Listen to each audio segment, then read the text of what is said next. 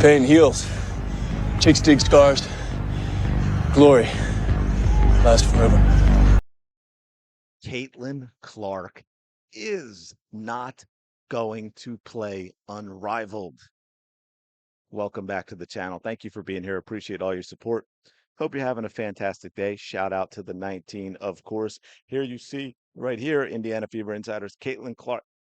Off-season prediction makes perfect sense, and this comes from our own beat reporter. No, the other one, the better one, Chloe Peterson, talking about Caitlin Clark in the offseason after the disastrous 2025 campaign with the multiple injuries and only playing in 13 games and so forth. And of course, she is expected to be fully healthy for next season. A lot of people think she's fully healthy now, and they're just either over, an overabundance of concern to keep her from re-injuring it or what it may be that she's still being held out. And so, as we all know, for a lot of reasons, there's been a big push with Unrivaled. I believe there's been a lot that has been a problem in terms of the conflict of interest with the people like Nafisa Collier and Brianna Stewart and the WNBA, and I think it's going to turn into a nightmare with the CBA. But setting that aside, a lot of the expectation in terms of Caitlin Clark is because she barely played at all in this WNBA season. Okay. And it's a huge, huge, huge off season. We know with the WNBA because its season's a lot shorter than, say, the NBA or any of the other major sports. So, yeah, she got into those 13 games. She was in camp and all of that. But for the most part, it's almost like Caitlin Clark will not have played from the end of the 2024 season in September 2024 to the beginning of the 2026 season, which starts in May. And that, of course, if there is no strike. So a lot of people are thinking because of that, there's a good chance that Caitlin Clark will be playing Unrivaled, but Chloe Peterson does not agree. She's weighed in on it. She doesn't think that Caitlin will play, and she says, I wouldn't count on it. For sure, I don't think that she'll do Unrivaled because 3-on-3 is a different type of game than 5-on-5, obviously. And I think some players just don't want to play 3-on-3, which is completely fine. I think Caitlin Clark is one of those players because 3-on-3 is a lot faster. It's obviously different in the sense of how many people you have on the court. An interesting suggestion that Chloe Peterson made that I could see as a possibility, and that is playing in Athletes Unlimited, which would not only get her playing with other WNBA players, of course, but it'll also have her playing in the United States as well. So she would not have to go overseas. Peterson did also say she thought that was a long shot.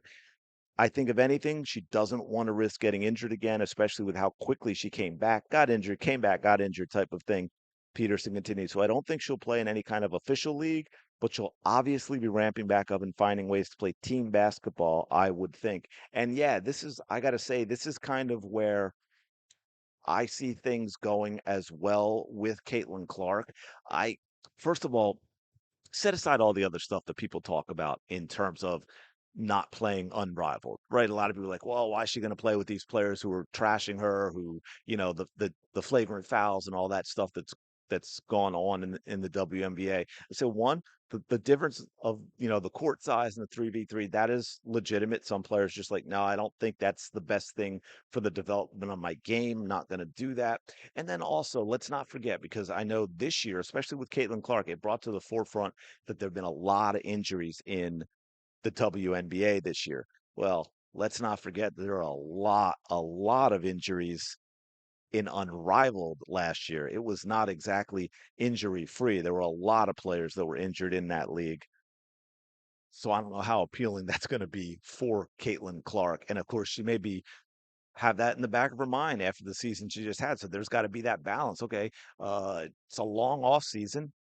And then I didn't even play much this season. Now it's another long off season. I have to work on my development. I have to get better for competitive professional basketball. And I've got to make sure that I'm fully healthy and don't have a setback either with the injuries I've had or after I get fully healthy, have another injury because I'm playing an Unrivaled or something like that.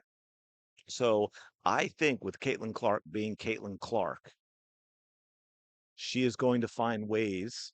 without committing to a league, without committing to another professional league like going overseas or Unrivaled or Athletes Unlimited, she is going to find a way I mean, come on, it's Caitlin Clark. Like I said, she'll be able to get people together that are what she needs in terms of skill level, physicality, all of those things where she can just play pickup basketball. Okay, it can be competitive basketball, whether she gets a bunch of college players or even some WNBA players, or she gets some male college players, or she gets a mix and she plays competitive basketball, plays a lot of pickup basketball. One of the big reasons that basketball, or it's one of the big ways, or at least it used to be. And it's gotten a little too professional at the young level in basketball as well, with AAU and stuff kind of ruining the game. So it's not like it was, but until recently, the development of basketball in America has been an incredible pickup culture for basketball, pickup games, not pickup culture. And just kids just going out after school on the weekends and just playing basketball nonstop. Winners stay on, playing different and that whole thing. And so Caitlin Clark, I think, could probably do best with in terms of the competitiveness and playing, full on games. And obviously it doesn't mean there's absolutely no risk at all, but I do think you can get a little more control in that situation. I don't think you're necessarily going to have players that Caitlin might bring in to play with and to compete with that are going to be blindsiding or like Marina Mabrey or trying to gouge her eyes out like Dejanay Carrington or JC Sheldon or any of that type of stuff. You just get good, solid basketball. It doesn't completely eliminate risk. That's impossible to do. But I think Caitlin Clark will be able to balance that out with her development and with the injury and so forth, because she's clearly, I mean, she's going to need to play some competitive basketball, I think, again, because of how little she played this season, how short the season is, how long the off season is.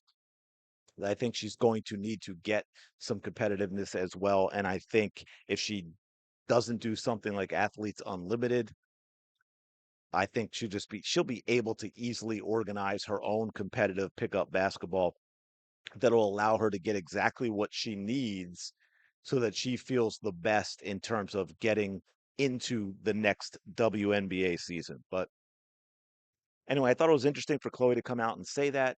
I tend to agree. I know a lot of people think, oh, she's going to do Unrivaled because she barely played this season. I'm going the other way. I don't think she will do Unrivaled. I'm not saying she won't. Of course, there's that possibility. I lean toward her not doing it. We will see how it goes. Do me a favor, smash the like button. I really do appreciate it. Subscribe to the channel. Help us keep growing, keep going. Go have the day you deserve. Thank you so much for being here. I will talk to you in the next video.